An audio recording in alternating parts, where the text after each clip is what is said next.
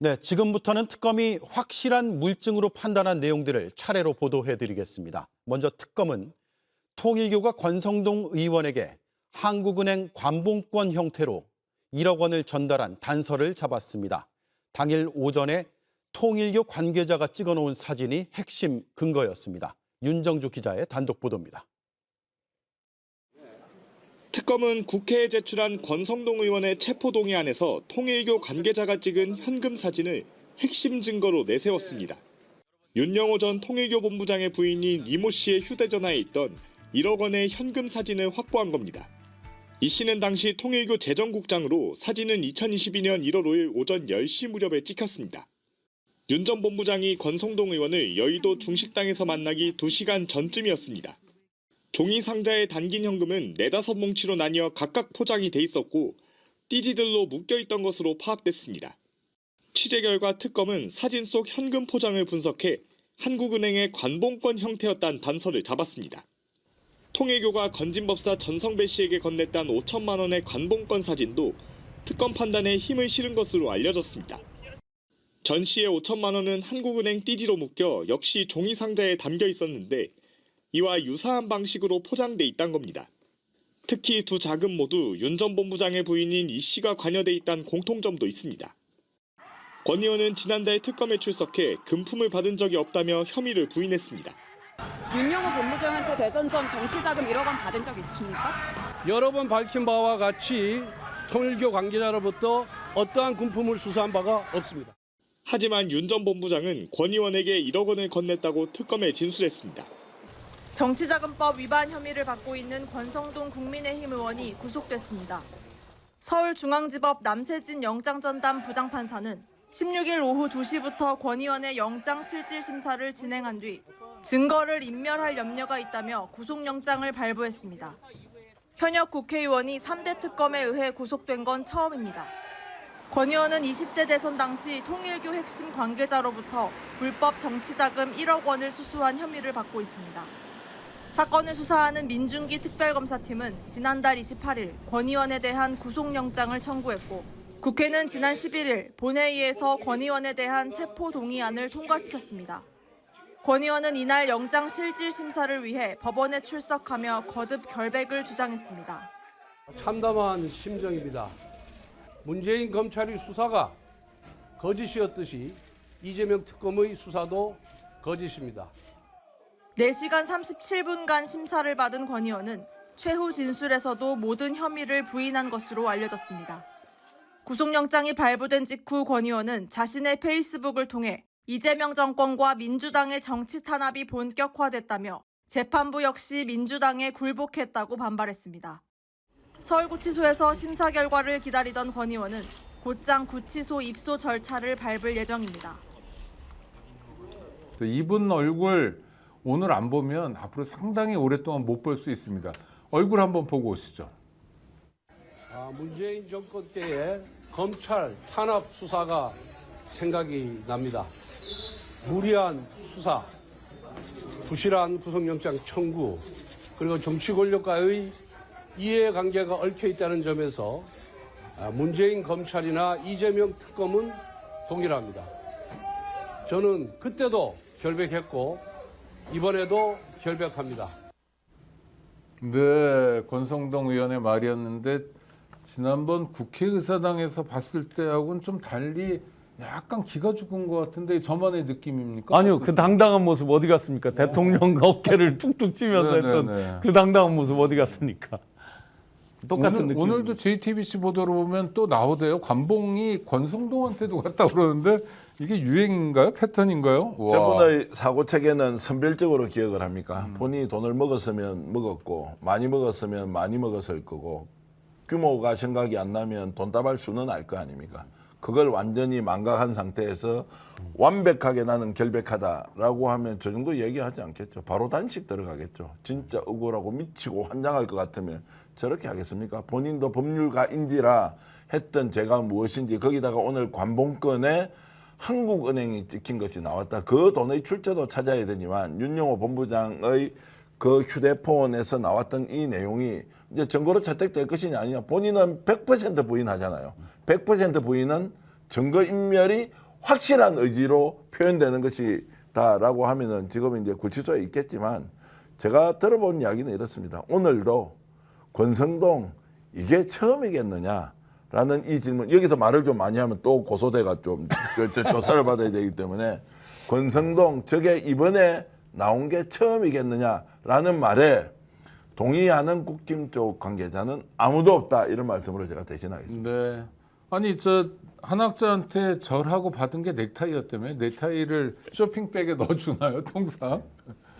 좀 말이 안 되는 이야기 같고요. 사실 오늘 구속영장 심사에서 다뤄지는 부분이 그러면은 일정한 돈을 지금 받은 걸로 지금 구속 심사를 받고 있는데 무엇을 들어주는가가 사실 굉장히 중요한 부분이지 않습니까? 첫 번째로는 윤석열이 대선 후보가 당선이 되면 통일교의 현안 추진하는 것들에 대한 정책을 추진해 달라. 그리고 윤석열 후보가 당선이 되면 통일교로 와서 한학자 총재, 거기서는 어머님이라고 부르더라고요. 참 어머니. 네, 참 어머님. 성모님. 제가 그걸 깜짝 놀랐는데, 그러니까 와서 대통령이 참 어머님의 말씀을 좀 들었으면 좋겠다. 이러한 내용들이 나왔다라는 거 아닙니까? 그러니까 우리나라의 지금 대통령 위에 참 어머님이요. 참 알 수 없는 이야기인데 그러한 이상한 일들이 벌어지고 있는데 역사 속에서 권력과 종교가 결탁이 돼서 그 근간이 무너졌을 때 항상 무너졌던 기억들을 속에 새겨보면 오늘 권성동 의원은요, 단순히 개인에 대한 심사가 이루어지는 게 아니라 정치의 본질의 근간이 무엇이 닿아야 하는가, 권력이 어디로 쓰여야 맞는 건가, 그러한 부분들을 밝혀주는 거라고 저는 보고 있습니다. 그래서 오늘 결과를 꼭 보고자 하고 싶습니다. 오늘 우리 PD님이 준비하신 게 많아서 예. 하신 예, 그러니까 제가 이제 넥타이 네. 이야기를 좀 하고 싶은데요. 그러면 쇼핑백 넥타이 안 매신 분이 아니요. 넥타이 오늘 메고 올 건데. 아이고, 제가 하나 드릴까요? 넥타이를 왜 쇼핑백에 넣어줬을까? 거짓말이죠. 아니요. 이제 제가 거짓말이다 아니다라고 하는 것은 결론은 이제 그렇게 가지만 왜 넥타이를 넣어줬을까? 아, 돈 위에다가 넥타이를 덮었구나. 아, 네. 그래서 넥타이가 부존재하는 것이 아니라 본인이 받았던 넥타이가 실제 넥타이라고 아마 증거로 낼 가능성이 있고 그게 사진에 담겨 있을 수 있습니다. 이게 이제 전형적인 검사의 수법일 수 있다는 걸 제가 문제 제기하는 거예요. 그래서 그 돈을 위에다가 덮었을 때는 넥타이 같은 걸로 덮었거나 넥타이 포장지로 뭔가 숨겨놨을 가능성이 있기 때문에 일부는 인정하고 일부는 부인하는 이 상황에서 본인은 받은 게 넥타이라고 주장을 하는데, 아, 그래서 격가지로 넥타이를 줬구나. 그럼 넥타이는 브랜드가 뭘까? 뭐 이런 생각이 저는 해봤는데 어찌됐든 지금 이제 권성동은 갈망금 같다. 그리고 한마디 더, 지금 국힘은 권성동 의원이 구속되는 게 전체적으로 낫습니까? 아니면 본인의 결백을 검증받으면서 나와서 계속 국힘에 남아 있으면서 이 소위 말하는 부정적인 뉴스의 중심에 올라 있는 게 낫습니까? 국힘의 미래를 생각하면 아마 국힘 나름대로 판단이 있을 것이다, 이 정도 제가 말씀드리겠습니다. 아니 뭐 혐의에 따라서 처분되면 될 것 같고요. 권성동 의원이 그 영장 심사에서 반론을 펴기를 그 통일교가 줬다는 그 쇼핑백 거기에 담긴 거는 돈이 아니라 넥타이였다. 예, 이렇게 전면 부인하는 입장을 밝혔다고 합니다. 어떤 넥타이를 받아야 절까지 나오나요? 다 쓸 건가? 그런데 이제 특검은 1억 원을 4-5개 뭉치로 각각 포장을 했다라는 식으로 정반대의 입장을 밝히고 있어서 이렇게 맞붙고 있다.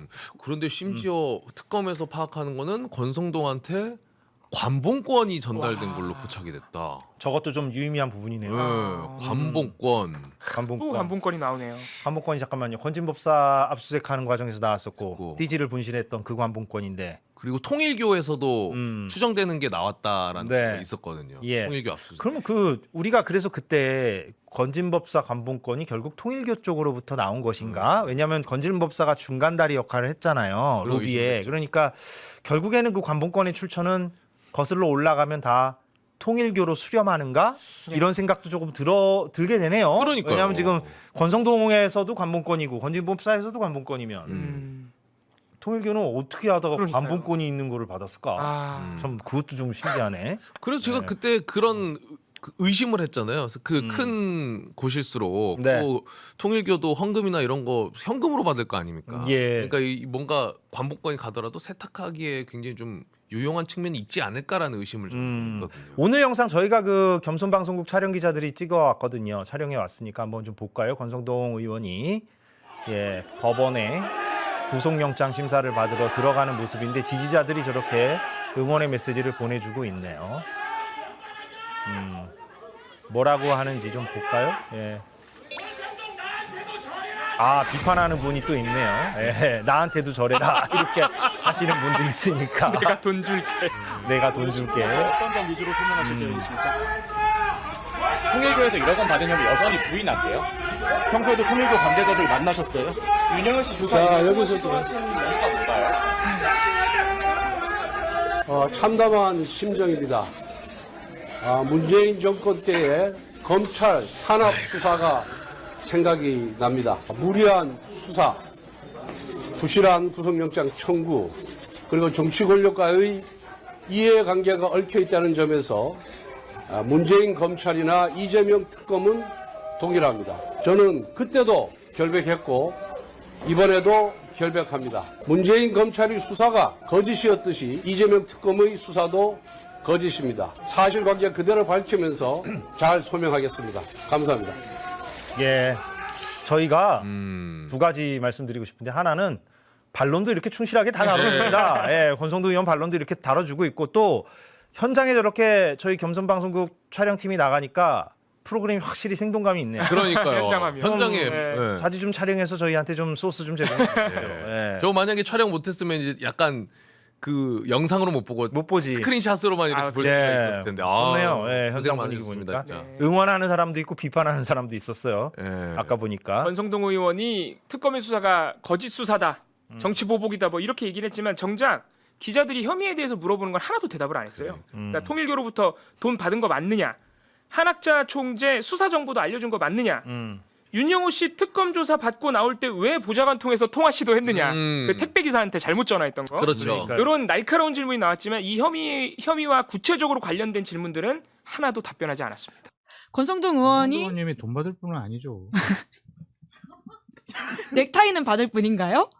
뭐 이렇게 제가 봤을 때는 증거인멸할 가능성은 있는데 돈 받을 분은 아닌 것 같아요. 넥타이는 받았다고 인정을 했거든요. 그 쇼핑백에 넥타이가 들어가 있다라고 특검 가서 주장을 했다고 합니다. 저는 그냥 조금 찝찝한 게 차명폰 쓴 거. 차명폰 썼다고 그랬잖아요. 그리고 막 윤 본부장한테 보좌진이 총화 좀 원한다고 택배 아저씨들한테 통화하고 그런 것들이 상당히 좀 찝찝해요. 그래서 그러니까 저는 증거인멸 우려가 있다는 부분 때문에 영장이 발부될 가능성이 있다. 좀 높아 보이긴 하는데 돈 받을 분은 아닌 것 같은데. 근데 지금까지 나온 그 기록들이 보면 한두 개가 아니어가지고 저는 돈 받을 뿐이라고 봐요. 어떤 점에서 그렇게 보십니까? 그냥 딱 보면 돈 받을 뿐이에요. 관상이 그런가요? 관상이라보다 관상하면 천공이랑 비슷하게 되니까 인상이 지금까지 돈 받을 인상이 어떤 인상이죠? 느낌이 와요. 주면 받을 것 같다 느낌이 와요. 그 밖에 혹시 이니셜로 느낌이지 그런 거. 그리고 이미 정황들이 나오잖아요. 준 사람이 윤영호 본부장이 돈 그 와이프인 재정국장이 사진 찍어서 놨고 1억 요거 갖다 간다. 그리고 작지만 요긴하게 후보님을 해서 잘 써주세요. 22년 1월 5일 중식당에서 만난 뒤에 뭐 짬뽕 같은 거 먹었겠죠. 혹은 뒤에 문자를 보냈는데 그 다음에 답이 궁금해요. 저는 씹었는지 답을 했는지. 그것도 수사 기록에 충분히 나올 거라고 생각이 드는데요. 그러니까 만약에 상식적으로 문자를 보냈는데 봤다. 무슨 돈 받은 게 없어요. 무슨 개소리야 하는 게 맞죠. 그러면 뭘 줬어요 저한테? 그렇게 얘기하는 게 맞죠. 근데 거기에 대한 답이 지금 뭐 나오진 않는데 그게 이제 오늘 영장 실질심에서 어떻게 나올지는 모르겠어요. 만약 그러면 그거 뭐 빼박이다. 이런 건 이제 빼박 캔트라고 하죠. 그 정황상은 받은 게 맞고 지금까지 정치인들 돈 받아놓고 심지어 대법원에 삭정 판결이 나도 받았습니다. 배불렀습니다라고 해서 한 명도 없어요. 한 명도 없고. 왜 그럴까요? 권성동 의원은 그러면 되게 청렴하게 또는 완전 무결하게 그런 걸 지키고 살았냐? 아니잖아요. 이분이 오늘 페이스북에 쓴 게 옛날에 강원랜드 취업 청탁 의혹 대부분은 사실 무죄가 났습니다. 저희가 보도했던 내용인데요. 그렇죠. 무죄가 났는데 그때도 본인은 당당했고 억울했지만 결국은 무죄가 나잖아요. 이번 있다는데 당시에 판사가 한 얘기가 있습니다. 인사청탁에서 여름에 11명인가가 강원랜드에 갔는데 그런데 죄를 입증하지 못했다. 그랬죠. 정확히는 예. 뭐냐면은 권성동 의원이 직접 청탁했다는 증거가 없다예요. 그러니까 대법인가요? 2심에서 뭐라 하냐면 검사가 이걸 입증해야 되는데 입증을 예. 제대로 못했다예요. 네, 그러니까 청탁은 무죄인데 채용은 유죄가 또 났거든요. 그렇죠. 그러니까 참 이게 최은집 일반인의 사장은 법 유죄를 감각으로는 받았어요. 예. 근데 권성동 의원이 무죄가 난 건 뭐냐면 예. 권성동 의원이 직접 청탁했다는 증거가 좀 부족하다. 근데 정황상 예. 그럼 권성동 의원 보좌관인가요? 비서관이 일단 예. 취업이 됐고 보좌진이 그 다음에 권성동 의원 사촌 동생인가가 그 당시에 뭐 청탁한 것처럼 이렇게 돼 있거든요. 그럼 몰랐겠냐? 말이 안 되죠. 근데 결국 검사들이 입증 문제 그렇죠. 때문에 입증이 제대로 안 됐다라고 하는데 예. 비슷한 케이스의 염동열 의원은 거의 비슷한 케이스인데 유죄를 받았거든요. 그랬죠. 그래서 예. 봐주기 의혹이 있었죠. 사실 검사들이 띄엄띄엄 일불러 수사를 열심히 안 했다. 그렇죠. 예, 그랬다는 예. 거고. 근데 이분이 어쨌든 무죄는 나왔지만 당시에도 취업 청탁을 했다라는 그것도 10명 넘게 했다는 의혹이 있었잖아요. 예. 미담 전 지금도 있어요. 미담입니다. 미담은 오늘 열심히 하시겠다고 하셨잖아요, 부장님. 패널인데 지금 미디어 대변인들 제 잘 보여야 돼요. 그래서 국민의힘 소속 아니시잖아요. 아니 그래도 장성철 자르고 이렇게 넣어라 그러면 어떡할 거예요? 아니 지금 패널 시사회는 인증제기 안 때문에 지금 인증받은 패널이 몇 없어요. 괜찮아요. 5명 있잖아요. 오늘 미디어 미디어 대변인 대변인 발표되신 다섯 명. 분들이 사실상 이제 다섯 국민의힘 명이에요, 걔네들. 패널 아니냐. 없어요. 예. 없어요? 네. 시사인 여기 나. 시사인은 그런 거 신경 쓰지 않고 그렇죠. 예, 딱 하겠습니다. 그래요? 그럼 원래대로 할까요? 예. 알았어. 그래서 예. 그런 걸 보면 그분이 그러니까 아주 그냥 깔끔하게 예. 한 사람은 아니다. 네, 근데 똑같이 과거의 경험을 빌어가지고 그렇게 입증하기가 어려운 뇌물 사건이기 때문에 무죄를 주장하면서 끝까지 버티려고 하는 게 아니라는 좀 걱정 근데 아닌 걱정이 듭니다. 그것만 갖고는 그냥 서로 다툼의 여지가 있다라고 보여지는데 차명폰 쓰고 막 전화 통화하려고 했던 예. 게 그게 판사가 어떻게 판단하실지 그래서 영장 발부될 가능성이 좀 높지 않을까 네. 그런 생각이 듭니다. 그렇죠. 본인 말대로 그냥 넥타이 하나 받고 하나라고는 말 안 했어요. 넥타이 받았다. 넥타이 받았다. 쇼핑백에. 몇 개를 받았는지. 제가 장담에 만약에 쇼핑백을 따는데 넥타이가 있어요. 박스에. 예. 그럼 이 자식들 나를 어떻게 보고 아. 이랬을 거예요. 네. 장담해. 오늘 두 분 텐션 좋으시네요. 텐션 좋아요. 예. 아니 방송 전에 무슨 일이 있으셨길래 아니, 좀 이렇게 어부 이렇게 시켜놔야. 텐션이 좋으시죠? 네.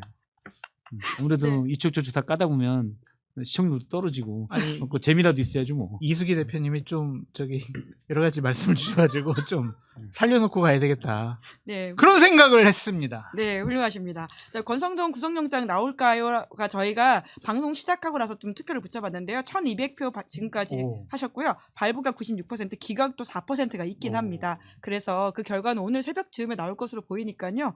그 결과에 따라서 좀 다시금 저희가 이야기를 나누면 될 것 같은데 만약에 기각되면 사법부에 대한 비판 여론들이 지금 여권 일각을 중심으로 나오고 있는데 더 올라갈 가능성이 높지 않을까 싶기도 하네요. 근데 판결을 갖고 예.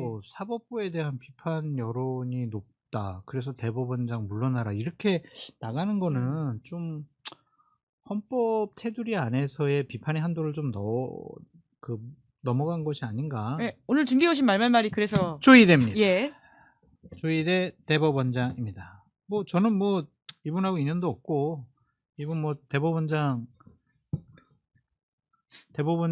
뭐 할 만한 분이 예. 아니다. 뭐 그런 생각도 했었고. 아 그래요? 조희대 대법원장 할 만한 사람 아니라고 생각하셨나요? 왜냐면 이분이 저 박근혜 탄핵 심판할 때 뭐 무죄인가 뭐 하나 취지의 소수견인가 뭐 냈을 거예요 아마. 삼성 관련돼서. 네. 그래가지고 과연 그게 맞는 것이냐 좀 그런 생각이 드는데 그래도 대법원장의 임명이 됐는데 이제 집권 세력 측에서 그만둬라 사퇴해라 이런 요구 나오는 것이 과연 맞는 것인가. 이것은 어쨌든 입법, 사법, 행정, 상권 분립, 견제와 균형, 민주주의 원리에 어긋나는 행동을 하는 것이 아닌가. 그래서 최근에 민주당의 주장들을 보면 이런 제가 철학적인 고민을 잘 하지 않는데 이런 생각이 들더라고요. 자꾸 선출된 권력은 헌법 위에 있는가. 이재명 대통령이 던진 질문이죠. 아 그래요? 아, 지난 그랬어? 기자회견 때 그런 취지의 그래요? 이야기를 한 바가 있어서 그 논쟁이 있는 상황입니다. 대통령 기자회견 안 보셨어요? 아 지금 봤는데 선출된 권력은 헌법 위에 있는가? 예, 그러니까 대통령이 던진 질문 논쟁이다. 예, 예. 그 류가. 예, 예, 예. 아 그래요? 그 류가. 아니 그래서 저는 뭐 그 대통령께서 그런 말씀하시는 몰랐고 그런 생각이 자꾸 들더라고요. 선출된 권력의 서열이 권력. 있다고 했는데 가장 중요한 게 국민 가장 주권. 있다. 예. 네. 국민 주권도 헌법 테두리 안에서 돼야 되지 않을까. 민주주의 사회에서는 뭐 그런 생각이 좀 들어가지고 과연 그게 맞는 것인가 그런 생각이 네. 들어요. 그러니까 입법부가 당연히 법과 제도를 통해서 사법부를 견제할 수가 있죠. 근데 그것을 좀 선을 넘어서서 이렇게 사법 체계 자체를 무너뜨리려는 모습을 보이는 것이 과연 맞는 것인가 좀 그런 생각이 들더라고요. 네, 장 소장님이 말씀해주셨던 조희대 지금 대법원장의 과거 판결이 뭐냐면 그 대법관 시절에 박근혜 전 대통령의 뇌물죄가 불성립한다라고 하는 소수 의견을 내렸다. 네. 헌재는 아니고 대법관으로서 네. 그 이야기를 드리면서. 대법관. 근데 같은 말인데 다르게 지금 준비해 오셔가지고 밑에 놓으신 거죠? 네. 일단 조희대 사퇴론에 대해서 논의할 계획 없다. 우상호 네. 정무수석이 오늘 길게 브리핑을 했어요. 어제 이제 강유정 대변인의 브리핑에서 조희대 사퇴론 당대표가 얘기한 것에서 조희대 사퇴 뭐 이런 거 어떻게 생각하냐 했더니 특별한 입장 없다. 하지만 그런 얘기들이 나오는 네. 개연성과 이유 이런 거에 대해서 돌이켜봐야 한다는 얘기에 대해서는 아주 원칙적으로 공감한다. 상당히 완곡어법을 썼지만 기자들은 뒤에만 딱 이제 관심을 뒀죠. 그 뭐 맥락을 소개했다기보다는 거기다 중점을 뒀다라고 보는 게 맞는 것 같아요, 기자들이. 그래서 해서 다시 강유정 대변인이 브리핑을 해서 아니다. 그게 이제 사퇴에 대해서 원론적으로 공감한다는 게 아니고 그런 돌이켜봐야 된다는 사법부는 좀 이런 얘기들이 나오는 거에 대해서 돌이켜봐야 된다는데 내 방점은 앞이다. 그렇죠. 거기에 원론적으로 원칙적으로 공감하다는 얘기다라고 설명을 했습니다. 그래도 이제 불명확한 게 보이니까 오늘 우상호 수석이 아예 기자들 앞에 서서 내가 좀 더 분명하게 얘기하겠다. 절제된 언어로 얘기한다라고 아예 급편적인 워딩으로 썼어요. 그러면서 대법원장 사퇴에 대해서는 논의하지도 않았고 논의할 계획도 없다. 선을 확실히 그은 거죠. 그러니까 사법 개혁에 대해서는 국민들이 우려하는 그런 건 사법부가 알아서 잘 들으시라 좀. 하지만 이 행정부가 여기에 대해서 뭐 왈가왈부할 일은 아니다. 이렇게 얘기를 했습니다. 근데 전 우상호 수석 얘기가 제대로 잘 정리했다고 봐요. 그게 맞죠. 그 우상호 수석의 정치적인 경륜, 현명한 판단에 대해서 경의를 표하지 않을 수가 없다. 그런 생각이 들고요. 어쨌든 권력을 갖고 있다고 그래서 그 대한민국 시스템의 한 축인 대법원장에 대해서 거취를 표명하고 요구하는 거 거기에 동의하는 듯한 모습 보이는 것은 좀 잘못됐다는 생각이 들고 사법부의 분들을 선출하지 않고 임명하는 것은 어쨌든 정치 권력으로부터 좀 자유로워라. 대중 인기 영합적인 그런 판단 내리지 말아라. 그래서 임명을 하는 거고 임기를 보장해 주는 거잖아요. 그런데 그걸 자꾸 흔들어대는 것이 과연 맞는 것인가 좀 그런 생각이 들고요. 저는 그런 식으로 좀 시스템 자체를 막 흔들거나 건들지 않았으면 좋겠어요. 그냥 그런 것들이. 네네. 뭐 그게 우리가 윤석열 정권을 상당히 좀 비판을 하고 우리가 결국에는 국민들과 함께 쫓아낸 이유가 뭐겠어요? 제도 위에, 헌법 위에, 시스템 위에 본인들의 자의적인 판단과 결정을 통해서 대한민국을 통치하려고 했기 때문에 우리가 당신은 대통령 자격이 없어. 그렇게 얘기한 거거든요. 그러니까 판결이 마음에 들지 않으니까 당신 그만둬. 판결이 앞으로 우리 마음에 들지 않을 것 같은 판결을 내릴 것 같으니까 너 그만둬. 이거는 맞지 않은 것 같아요.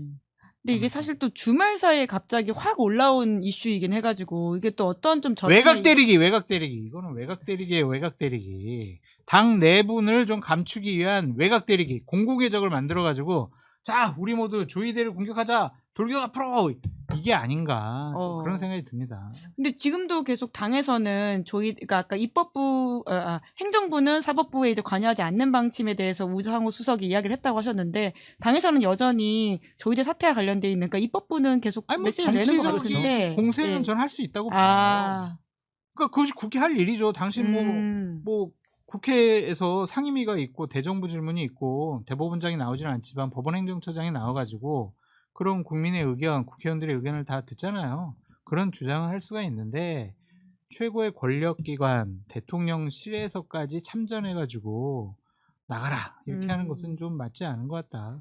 그런 생각이 들고 민주당의 추미애 법사위원장이 제일 먼저 화두를 꺼냈잖아요. 주말 사이에 그랬죠. 본인의 내년 지방선거 때 정치적인 의도와 목적이 있다고 보여집니다. 추미애 법사위원장이 내년 지방선거 출마하나요? 경기도지사 출마하고 경기지사 뭐 출마하고 싶다. 오. 이 분위기로 뭐 그렇게 알려져 있죠. 본인이 예. 얘기를 한 적은 없어요. 근데 예. 그러지 않을까? 나간대요? 추미애 그 의원실 쪽에서 들으셨습니까? 오. 근데 사실 민주당은 경기도지사는 경선이 더 본선 같은 곳이잖아요. 그러니까 지지층에게 소구력 있는 오. 지지층의 지지를 견인할 수 있는 그런 메시지의 화두를 팍 던진 거죠. 근데 지선까지는 좀 남았잖아요. 지금부터 쌓아놓는 거죠. 저축. 경쟁자들이 있을 수 있으니까 오. 앞서 나가는 거죠. 그게 제가 물어보니까 일단 정청래 추미애 법사위원장 정청래 대표가 강하게 조희대 사퇴론, 예. 특히 어제 정청래 대표가 최고위원 모두 발언에 상당수를 조희대 사퇴에 그랬죠. 쏟았잖아요. 예. 그러면서 이게 뭐지가 갑자기 됐잖아요. 민주당 중진 의원에게 나름 친명 중진 의원에게 물어보니까 갑자기 왜 이런지 나도 모르겠다. 저한테 물어보더라고요. 지금 내가 물어보잖냐. 나도 몰라서 물어보는데 지금 나한테 물어보시면 어떡하냐. 했더니 나도 모르겠다. 그러더라고요. 그리고 일단 근데 분위기를 물어보니까 민주당 의원 상당수는 사실 여기에 참전하지 않는다. 그게 맞지. 일부 예. 의원들이 지금 강하게 얘기하고 있는데 전현희 의원도 서울시장 출마하려고 그런 거 아니에요. 그렇죠. 박주민 의원도 그렇고. 전현희 의원과 박주민 의원은 내년 서울시장- 지방선거에 정치적인 목적이 있는 사람들이 예. 목소리를 높이는 것 그렇죠. 같아요. 서영교 의원 같은 경우는 이제 지난번 원내대표 선거에서 졌으니까 예. 그런 식으로 좀 더 이미지를 하는 게 있는 것 같고, 근데 그러면 정청래 대표는요? 정청래 대표는 약간 그런 얘기가 있어요. 뭐냐면 이제 제가 민주당 의원들 물어보니까 예. 모른다는 거예요. 예, 예. 약간 이제 이 취재 결과입니다. 아주 강성이 아닌 예. 의원들은 갑자기 이게 왜 나오는지 모르겠다. 왜냐하면 대통령실과 예를 들어서 역할 분담론이 있잖아요. 대통령실은 우리는 아니다라고 한 발 빼는데 사실은 어느 정도 그 스탠스를 국합, 가져가고 배드캅 나눠서. 당에서 강조하는 게 아니냐, 이런 게 좀 준비된 거냐 예. 물어보려고 하는데 이분이 이제 거짓말 같은 거 안 하는 분인데 그런 건 전혀 아니다. 본인도 갑자기 당에서 왜 이런 얘기들이 나온지 모르겠다. 왜냐하면 이렇게 세게 밀어붙이면 저도 이제 법원이 좀 더 개혁이 돼야 된다고 봐요. 일단 시스템이 좀 더 있어야 되고, 그리고 조희대 대법원장의 지난 파기환송심을 9일 만에 처리한 건 정말 잘못됐다고 예. 생각을 해요. 그런데 그렇다고 해서 이제 그 법률상 범죄나 이런 것들 있잖아, 그냥 너 좀 잘못하는데 라는 걸 가지고 탄핵 수주 들어가거나 옷을 벗으라고 하기는 좀 애매하잖아요. 물론 정치 공세는 할 수는 있지만 이게 너무 무거워지면 오히려 법원 내에서 우리가 자체 노름은 계획을 해야 될 것 같아 라고 생각을 하다가도 이거는 여당의 압박에 밀려서 개혁하면 약간 그런 예. 우리가 사법부 독립이 안 되는 것 아닌가, 이런 또 생각을 할 수가 있어요. 그래서 지금은 좀 민주당 의원들도 이건 좀 과하다라는 우려를 표하는 의원들이 꽤 있어요. 예. 근데 그러면 왜 정청래, 물론 모르죠. 예. 마음속에 들어가 보지도 않고 안 물어봤으니까 필요하다고 얘기했죠 아마. 근데 지난번에 김병현 원내대표랑 더 센 특검법 때문에 지지층한테 욕을 좀 많이 먹었잖아요. 목요일 날 갈등이 외화됐죠. 그렇죠. 그러니까 국민의힘과 합의안을 김병현 원내대표가 가져왔고, 이거는 법사위 또 지도부니까 정청래 대표랑도 어느 정도 공유된 건데 지도부는 동의하지 않는다. 예. 그래서 김병현 대표가 혼자 바보 됐잖아요. 그래서 그냥 세게 얘기했잖아요. 정청래한테 물어봐. 공개 정청래한테 사과라고 공개 사과하라고 이야기했죠. 그래. 예, 이렇게 얘기를 예. 했잖아요. 그러니까 그러면서 약간 수세에 몰렸었거든요. 정청래 대표가. 그래서 조희대 사퇴론으로 약간 새로운 네네. 아젠다를 만든 건 아닌가라는 개인적 추측. 민주당 내에서도 솔직히 잘 모르겠다 왜 이게 나온지 이런 얘기를 하더라고요. 실장님 분석과 정보가 가장 정확할 것 같다. 좀 그런 생각이 들고요. 저 어제 헌법을 좀 읽어봤어요. 그리고 헌법 안 지킨 거 있어요? 103조에 보면은 독립이라는 단어가 나오거든요. 헌법 네. 전문에도 독립이라는 단어가 한 번 나오고 본문에도 독립이라는 단어가 한 번 나와요. 예.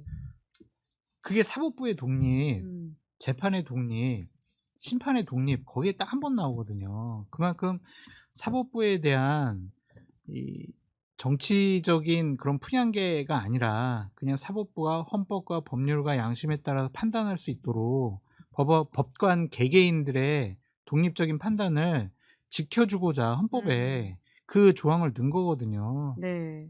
근데 그것을 근본적으로 좀 침해하려고 하는 것이 맞을까, 좀 그런 생각이 듭니다. 그래서 지금 이재명 대통령께서 여러 가지 외교적인 문제도 있고 관세 협상도 있고 국내 경제 문제도 있고 여러 가지로 힘든 상황이잖아요. 이거 가지고 전선이 좀 넓혀지거나 혼란스럽게 되는 거는 국정 운영에 좀 도움이 되지 않는 것 같아요. 그래서 자꾸 저는 그런 생각이 들어요. 민주당이 이재명 대통령의 발목을 잡는 것이 아닌가. 내부 분란도 자기네들끼리 지금 원내대표 당대표끼리 싸우고 있고 이게 갑자기 대통령께서 쫙 힘을 모아가지고 분위기 쫙 끌어서 국정 운영해야 되는데 갑자기 그냥 여기서 내쫓자 이게 과연 맞을 것이냐 좀 그런 생각이 듭니다. 이게 저도 조희대 대법원장이 지난번에 정말 대선을 한 달도 안 남긴 시점에서 파기환송해서 네. 유력 거의 뭐 대통령이 될 확률이 아주 높은 분을 피선거권을 박탈하는 이렇게 가는 것 물론 결과적으로는 재판이 중지됐죠. 예. 안 됐지만 뭐 별로 심리도 않고 당시 반대 의견 소수 의견의 반대 의견이 훨씬 더 길게 나왔잖아요.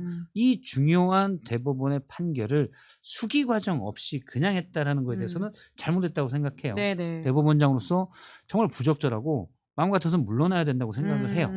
그런데 아무 민주당 지지층에 뭐 제가 볼 땐 뭐 200~300만 또 많게는 500만 그렇게 생각할 수 있죠. 근데 이게 너무 민감한 쟁점이어서 예. 만약 압박해서 물러나나 안 물러나의 양자택일 구도로 가버리면 나머지 또 상당한 분들은 그건 말이 안 되지. 이거는 사법부에 대한 독립을 침해하는 거야.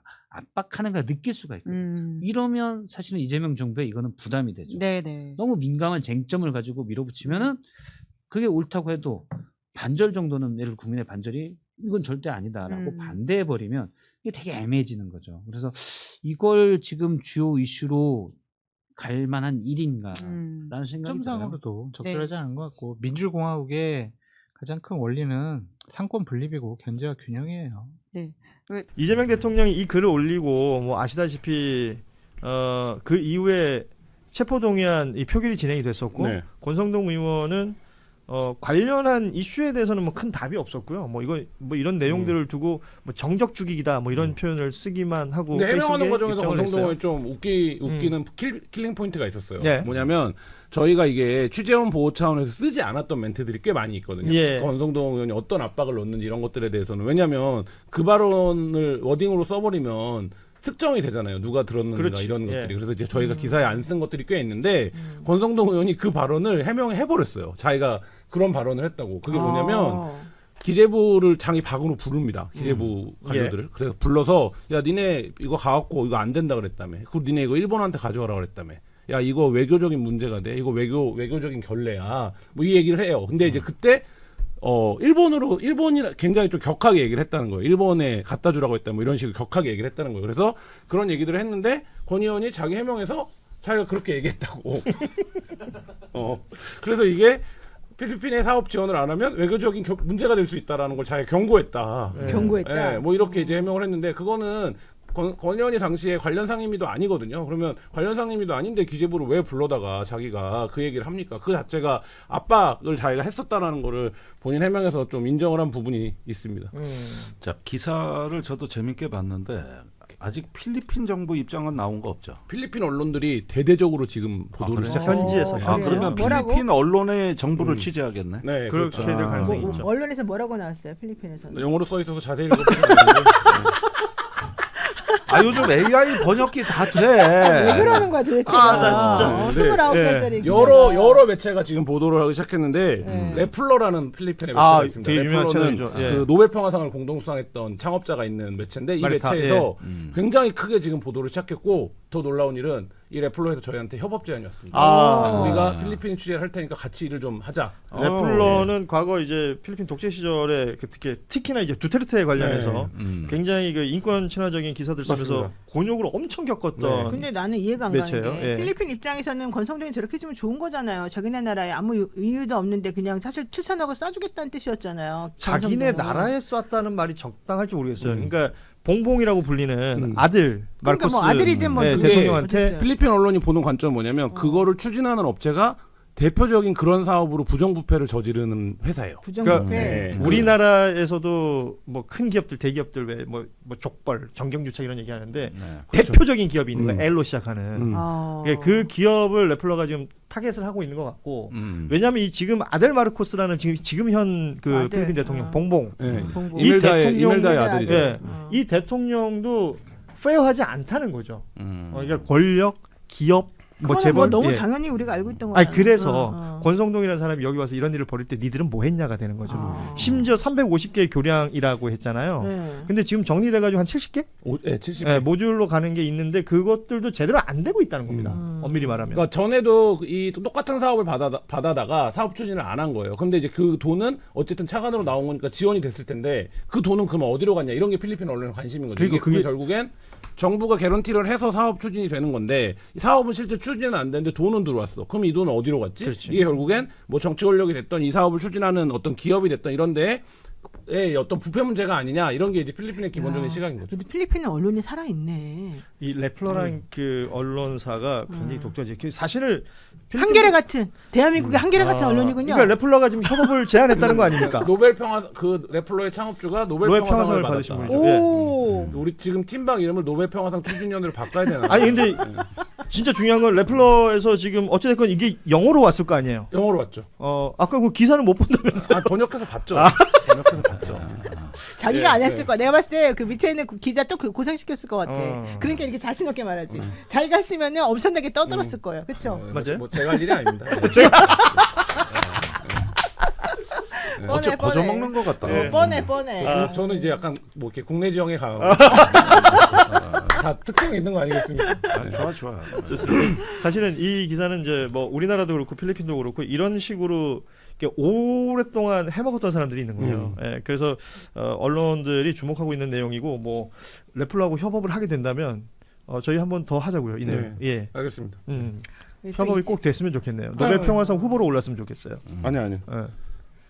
상금은 그러면 부비로 기부하기로 했습니다. 부비로? 안 될 알겠습니다. 거라고 예. 그냥 자신 있게 말하네.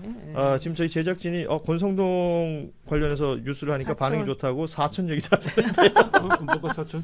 권은동 얘기하죠. 의원의 사촌들. 그러니까 강릉 지역구지 않습니까? 그러니까 이 강릉 지역에 이 권성동 의원의 일가가 굉장히 다양한 이권에 연루돼 있다. 이 이야기는 사실 오래전부터 강릉 쪽 얘기를 들어보면 강릉은 권성동 랜드예요. 그러니까 권성동의 지금 뭐 강릉에서는 무슨 얘기들 하냐면 권성동 없이 선거를 해보는 게 20년 만이라고 얘기할 정도예요. 그러니까 여던 야던 권성동의 절대적 영향력이 있는 거고 이 권성동의 절대적 영향력 안에서 사업을 하는 사람도 있고 조직을 꾸리고 있는 사람도 있고 뭐 여러 가지가 있겠죠. 뭐 이런 건데 그 중에 한 명이 이제 권성동의 사촌인데 나이는 같습니다. 나이는 같고 이 양반도 건설사를 하고 있고 실제 이제 말하자면 권성동의 조직이라든지 이런 부분들을 관리하는 인물로 알려져 있는데 강릉에서. 근데 이제 지금 풀리지 않은 고리가 이거예요. 권성동은 왜 필리핀에 관심을 가졌는가? 이거예요. 그러니까 권성동은 왜 최상목한테 3번이나 이 사업이 돼야 된다라고 했을까? 그럼 이게 뭐 몇 가지 예상해 볼 수 있는 점들이 있죠. 이게 김건희 사업이었나? 그러니까 V 쪽 사업이었나? 아니면 이 사업을 통해서 권성동이 뭔가를 받기로 했나? 얻을 게 있는가? 아니면 이 사업을 하는 게 이 자체가 권성동 사업인가? 그냥? 뭐 여러 가지 가능성들이 있을 거잖아요. 그러니까 본인이 이렇게 플레이어로 뛰었을 거잖아요. 지금 이제 그 부분이 풀어야 되는데 그 부분을 푸는 고리 중에 하나가 권성동의 조직과 자금을 관리하는 사촌이 건설사를 하네? 이게 지금 나와 있는 얘기인 겁니다. 그러니까 건설사를 한 애가 뭐 모듈로 만드는 이 교량 사업하고 직접 연결되는지는 또 봐야 될 부분이 있어요. 왜냐하면 권성동이 얘기할 때 대우건설하고 삼부토건을 얘기했다는 거 아닙니까? 그들과 또 어떤 식으로 연결되는가도 볼 필요가 있는 것이고 또 하나는 또 삼부도 또 재밌는 게 뭔지 아십니까? 삼부도 2024년도에 필리핀에 진출했어요. 와우. 그 와중에. 그 와중에 필리핀에 진출했는데 뭘 진출했냐면 4HP 사업인가 필리핀이 마닐라 주변이랑 이런데 주택들이 굉장히 낙후되어 있잖아요. 개발도상국이니까. 이 주택을 현대화하는 걸 정부에서 합니다. 근데 여기서 이거를 짓는 거에 굴지의 기업들 말고 예를 들면 한 3부나 중소규모 건설사들이 대거 들어갔거든요. 여기에 지금 3부도 들어가 있어요. 그러니까 뭐 취재하려면 내용이 훨씬 더 많을 거고 그리고 강릉에서 펼쳐지고 있는 권성동 일가의 어떤 사업체들과 필리핀 사업의 연결고리가 있을 수 있느냐. 그리고 권성동 의원이 왜 윤석열 초기에 특사로 필리핀 가잖아요. 첫 번째 특사죠. 그러니까 그 특사로 가게 된 경위를 찾아내야지. 그렇죠. 그 특사는 왜냐하면 필리핀하고 아무 상관이 없거든요. 권성동 의원이 뭐 상임위를 그쪽으로 했던 것도 아니고. 더군다나 그때 원내대표로 원구성 협상할 때였어요. 원구성 협상 하다가 그 다음날 갑니다. 그러니까 이런 내용들까지